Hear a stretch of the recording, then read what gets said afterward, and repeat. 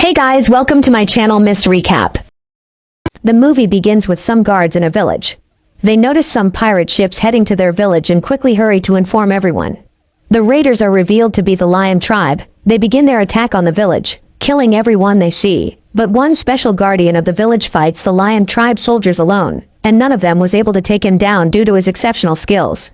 But suddenly the leader of the Lion tribe shows up, and decided to handle the warrior himself. He stops the warrior axe so easily and sends him flying with his vibranium powers. The leader of the village and some members of the village were captured. The Lion tribe soldiers tells them that from now on, they will be slaves. But for those who tries to resist will be tortured and killed. No one resisted apart from the king and a girl. While the king undergoes torture, the Lion soldiers tries to brand the girl saying she will bear the mark of her new master, but she confidently replies that no one is her master. The scene suddenly takes us to 6 weeks ago in Wakanda. The present leader of the Dora Milaje called Akia, calls for the presence of Noni, the former Dora Milaje. Noni reminds her that she got expelled by her and don't have to take orders from her, but Akai tells her this is no time for games. The kingdom is in need of her. One of their highest-ranking officials has vanished. His name is Nkati, who was once a respected captain of the royal guards, an exceptional warrior, second only to the king. But Nkati is very ambitious, and the other guards refer to him as the Lion. Noni wonders why she hasn't heard of him since he has such reputation, but Akia replies that secrecy has always been essential to Wakanda security. She did not know because she did not need to. Akia tells Noni that Nkati did not only betray their kingdom and left, but he also took dozens of dangerous items with him. Armed with this kind of technology in the outside world, he could fashion an arsenal of advanced weaponry, and make himself a king with a kingdom powerful enough to pose a threat to Wakanda. Akia wants Noni to be the one to stop him. She is the best option for this mission because Nkati does not know her, which makes it easy for her to disguise herself and find a way to capture Nkati and bring him to Wakanda. Back to the present, Noni takes down the guards that were about to torture her, and forces one to tell her about Nkati's whereabouts. She gives the captured slaves on that ship some swords and tells them to fight for their freedom if they want to. Immediately, she sneaked inside the ship where Nkati is, and she disguised herself as a soldier of the Lion. Here we see some slave girls who are being told that they will be taken care of, and will teach them the Lion's poetry and music to entertain Nkati. One of the slaves resists, crying that she just wants to go home. She takes out a guard sword to defend herself, but she gets slapped to the ground by one of the guards. Just as the girl keeps resisting, the guard tries to kill her, but Noni in her disguised lion uniform intervenes. A bell rings alerting all the guards of an intruder, forcing Noni to escape. This gets Nkati attention, and he goes out to see what's causing the chaos on his ship. Special warriors of Nkati goes to fight Noni, but they weren't able to stop her because she was way too fast, and her fighting skills were just outstanding.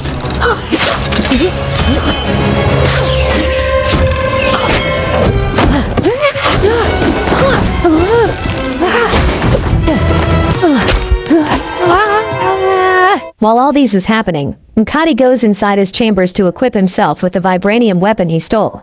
On the other hand, Noni managed to kill all the special warriors of Nkati and gains entrance to his chambers.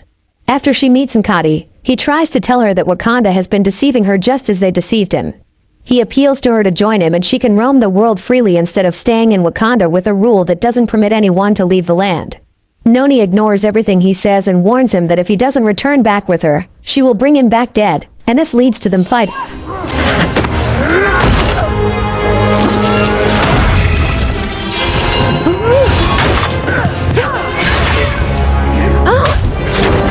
Nkati gains the upper hand at first, and during the exchange of blows, one of the vibranium bracelet falls from Nkati's hand and Noni wears it to fight him.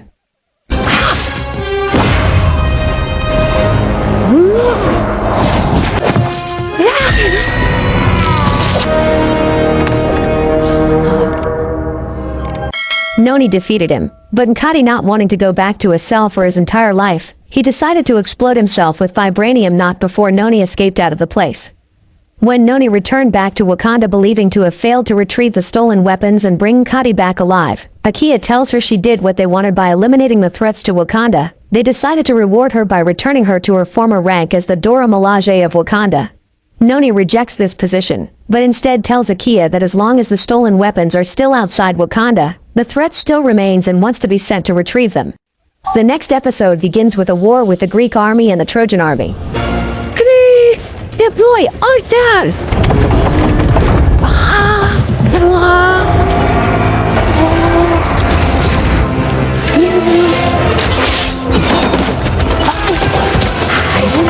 The Greek believe they can win the war because they have a person chosen by the gods called Achilles in their ranks. Part of the Greek soldier is a man called Memnon, but the world knows him as Agamemnon. The truth is that this man is actually a war dog for Wakanda pretending to be loyal to the Greek. He joined the Greek army on a mission sent to him by Wakanda to retrieve an artifact laced with vibranium, hidden inside the city of Troy. As Achilles leads a furious charge on Troy's gates, Memnon fights by his side. When an arrow flies toward Achilles, Memnon dives into its path, taking the hit. Though wounded through his palm, he urges a retreat. Achilles, fuming, obeys. The respect between them runs deep. That evening, in a rare lull between battles, the two share calm conversation. Memnon recalls his journey of how the Greek welcomed a wanderer like him and gave him purpose. He jokes that he'll be the one to place coins over Achilles' eyes when his time comes. Their bond feels unbreakable. But doubt kicks in. Some of the soldiers begins to suspect Memnon, suspecting him to be a spy. But Achilles silences them, defending the man who pulled countless soldiers from the jaws of death. To him, Memnon is a brother. After a while, the Greek king shares with them another plan to conquer Troy by using a Trojan horse to gain entry inside the Troy city. Memnon plays his role by hiding inside the wooden structure presented as a gift to the Trojans. As the Trojans takes it inside their gates, the trap is set. The Greeks silently started to attack the Trojans, but there was no need for them to be quiet anymore when one of the Trojan men rings the bell. This resulted to a big clash between the both armies.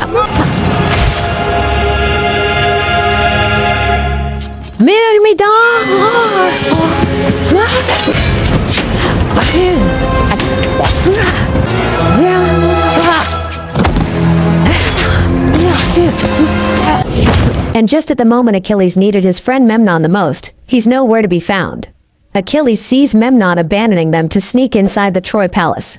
Memnon has no choice because his duty to Wakanda has always been his priority. He scales a tower to retrieve the artifact. He arrives at the Troy chambers where he finds a Troy princess Helen wearing a necklace embedded with vibranium. Instead of killing them, he takes the artifact away from her and advises them to run away. His mission for Wakanda has been accomplished.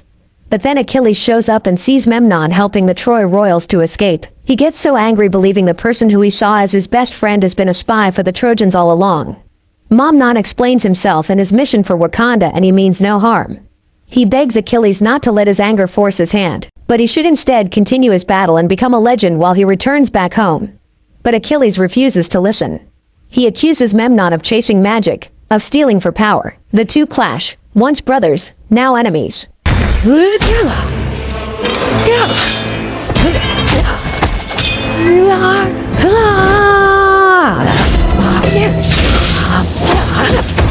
You betrayed me! Since it's the magic he came for, Achilles promises himself to never let Memnon have it, but instead he will use it for Greece. A fight begins between them and this was so fatal. Achilles pins him down to the ground and tries to choke him in a nearby pool, but Memnon is able to reach to a sword and slices Achilles' leg. He begs Achilles to stay down, but when he refuses, he impales the sword inside Achilles' chest. As Achilles bleeds out, he asks if it had all been a lie. Memnon says not everything was. Then, keeping his promise, he places 2 coins gently over his friend's eyes as Achilles breathes his final breath.